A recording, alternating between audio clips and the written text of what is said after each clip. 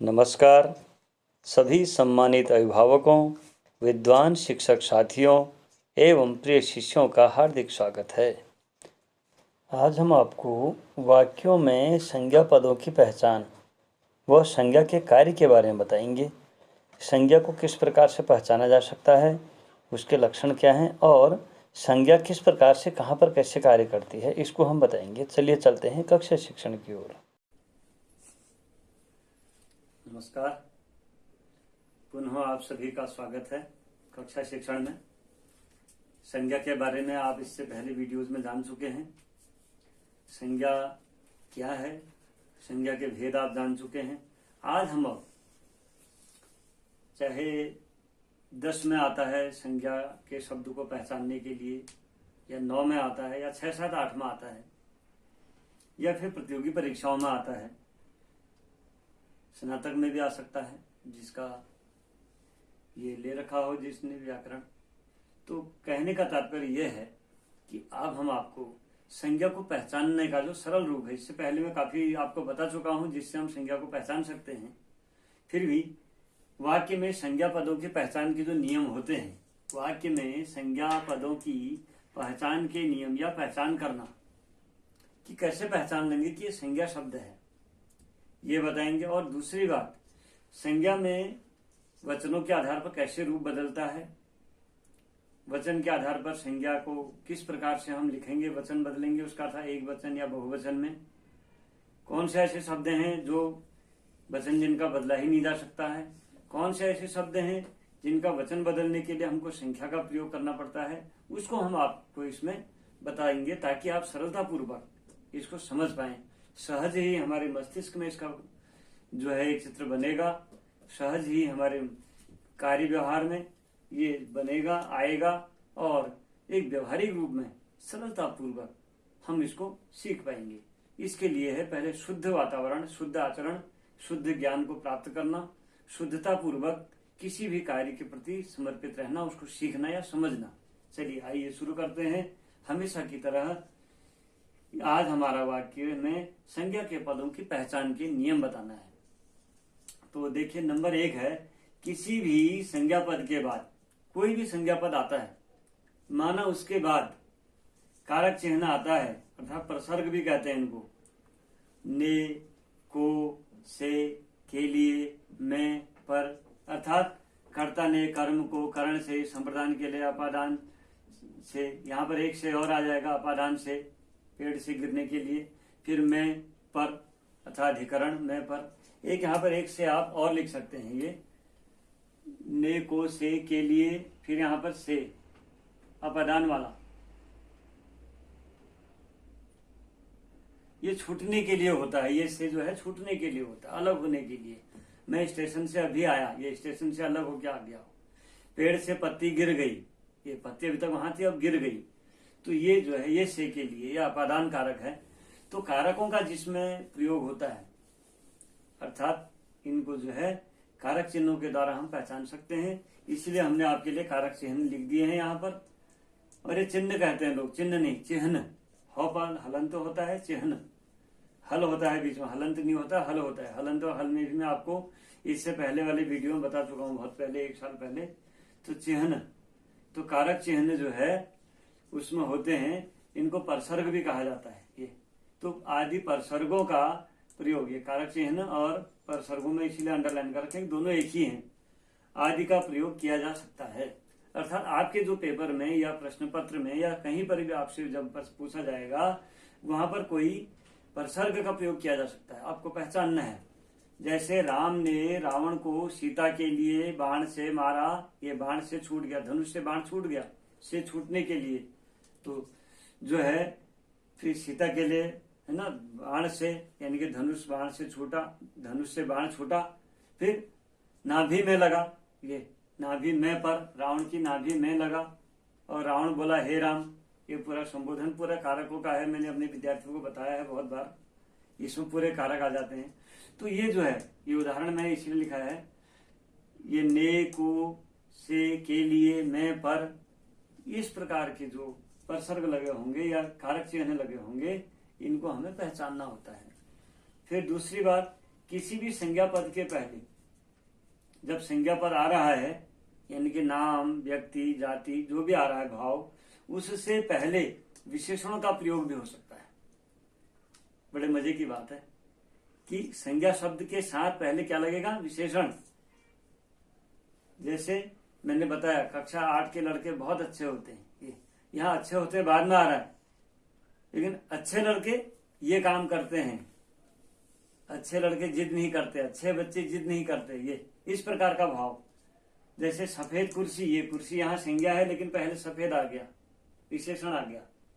लड़की है सुंदर, ये भाई है, कैसा भाई है? छोटा। मित्र है, किसका मित्र? आपका मित्र, तुम्हारा मित्र। ये इस प्रकार के उदाहरण था। संज्ञा से पहले, बड़े मजे की बात है ये कि संज्ञा से पहले आपका जो है विशेषण लग रहा है, तो इससे भी आप संज्ञा को पहचान सकते। इसको विशेषणवाची संज्ञा भी कहेंगे, या जहां पर जिस प्रकार का भाव आ रहा है उस प्रकार का भाववाची। मैंने पहले कहा शब्द को पहले ध्यान पूर्वक पढ़ना, समझना, उसका अर्थ ग्रहण करना, फिर उसका भाव ग्रहण करना, यह आवश्यक होता है, जिससे हम उस संज्ञा को पहचान लेते हैं। अब संज्ञा के जो इसके रूप में जो कार्य हैं, विशेषण का तो ठीक हो गया, यहीं पर सफेद कुर्सी, सुंदर लड़की, छोटा भाई, तुम्हारा मित्र, है ना।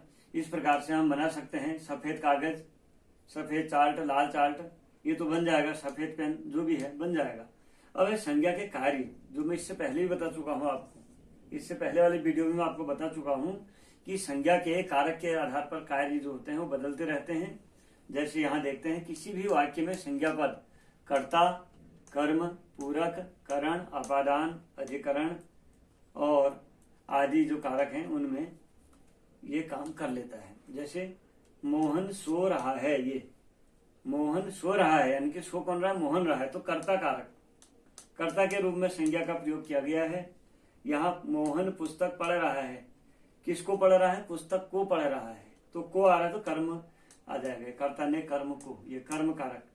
फिर है मोहन विद्यार्थी है, ये पूरक के रूप में यहाँ पर प्रयोग, विद्यार्थी की विशेषता, उसकी विशेषता बता दी गई है। मैंने इससे पहले वाले वीडियो में आपको बताया था, पूरक का अर्थ है जो उसके बदले में, उसके साथ में जो बोला जाएगा, उसके साथ साथ रहेगा था। विद्यार्थी होना मोहन के लिए अलग बात है, मोहन बहुत होंगे लेकिन ये मोहन विद्यार्थी है, ये तो उसके विशेषण को बताएगा, विशेषता को बताएगा, तो मोहन विद्या पूरक के रूप में यहाँ प्रयोग हो गया। ऐसे मोहन ने चाकू से सेब काटा, यह करण के रूप में हो गया। से काटा, किससे काटा? चाकू से काटा। किससे मारा? बाण से मारा, ये तो से काटा। फिर मैं स्टेशन से आ गया हूं, जैसे मैंने भी कहा स्टेशन छोड़ने का है यहाँ पर, इनके हटने का। पत्ती पेड़ से गिर गई है, ये अपादान रूप में। फिर महात्मा जी चटाई पे बैठे हैं, मैं पर, यह अर्थीकरण के लिए, स्थित होने के लिए। कहीं पर कुर्सी में बैठे हैं, चटाई में बैठे हैं, पेड़ में बैठे हैं, पक्षी पेड़ में बैठे हैं, तो ये इस प्रकार से हम इनको बना सकते हैं। और भी काफी इसमें आपके कारकों के आप बना सकते हैं उदाहरण, आपको उदाहरण मिलेंगे छोटी छोटी पुस्तकों में। जो प्रतियोगी परीक्षा की तैयारी कर रहे हैं, विशेषकर उनसे कहना चाहूंगा कि आप एनसीईआरटी की या हमारे उत्तराखंड बोर्ड की, उत्तर प्रदेश बोर्ड की, हरियाणा बोर्ड की, अच्छे अच्छी जो बोर्ड की पुस्तकें हैं, उन पुस्तकों को पढ़ने का प्रयास कीजिए।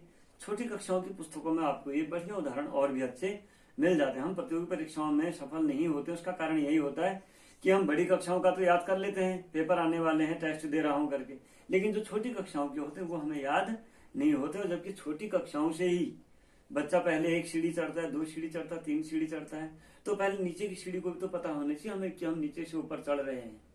तो सब सीढ़ियों को हमें याद करना चाहिए कि हम कितनी सीढ़ी चढ़ चुके हैं। अगर हमें बात की सीढ़ियों की याद नहीं रहेगी तो हम नहीं कर पाएंगे, तो इसको सीखना है। अब इसमें कुछ विशेष बातों को बताने का प्रयास करता हूं, जो यहाँ पर लाल रंग से लिखे हुए देखिए। संज्ञा पदों का वचन बदला जा सकता है। संज्ञा पदों का वचन, वचन माने एक वचन या बहुवचन। हमारे यहाँ संस्कृत में 3 वचन होते हैं, एक वचन, द्विवचन, बहुवचन। हिंदी में 2 ही वचन है, एक वचन और बहुवचन। अर्थात एक चीज है, एक व्यक्ति है, वस्तु है, स्थान है, प्राणी है, तो एक वचन, और अगर एक से अधिक है तो बहुवचन हो जाएगा। तो संज्ञा पदों का वचन बदला जा सकता है।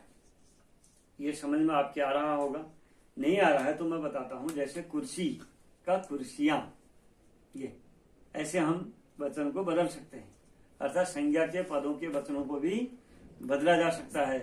ये भी एक नियम है। दूसरा, कुछ संज्ञा पदों का बहुवचन संख्या रूप में यानी कि गणनीय रूप में लिखा जाता है। उनको हम कुर्सी का कुर्सियां तो कर सकते हैं, लेकिन लड़की का लड़कियां कर सकते हैं, लेकिन सबका नहीं, कबूतर का कबूतर ही नहीं कर सकते, कबूतरों को कर सकते हैं।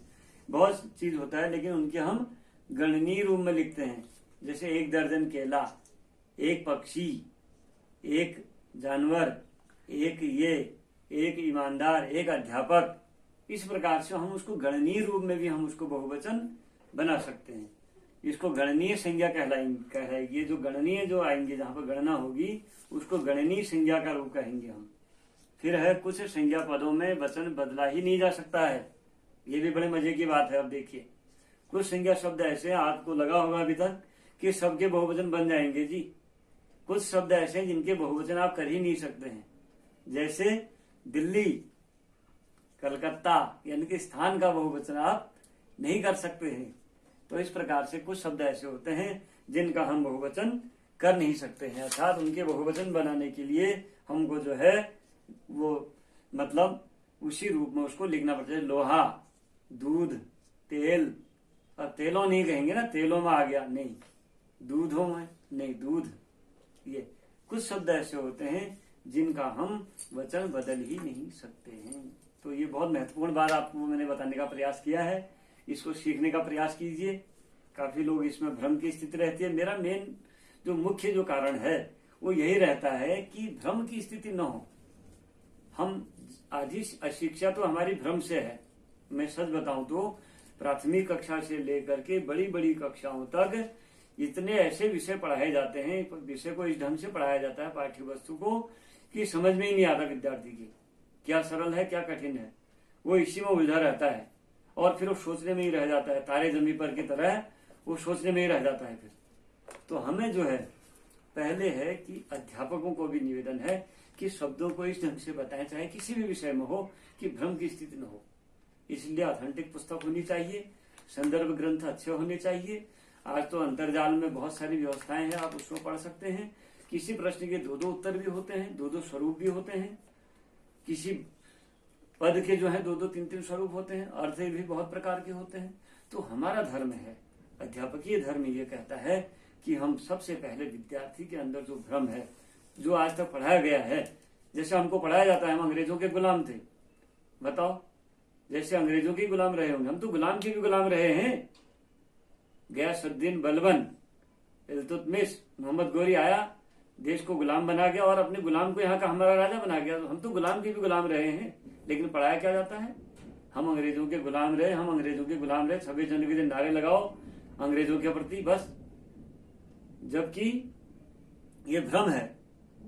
समझाने क्या है? तुष्टिकरण भी हो सकता है, पढ़ाने की शैली हो सकती है, भ्रम हो सकता है, या पाठ्य पुस्तकों का अपना एक स्वरूप हो सकता है। मैं इसमें कुछ नहीं कर सकता, टिप्पणी हम इसमें ज्यादा नहीं कर सकते हैं, न हम किसी की आलोचना कर सकते हैं। हाँ, समालोचनात्मक रूप में ये मैं जरूर कहूंगा कि बहुत जगह है भ्रम की स्थिति है। जैसे मैंने आमंत्रण और निमंत्रण वाले पद में आपको बताया था कि आमंत्रण और निमंत्रण में बड़ी भ्रम की स्थिति होती है।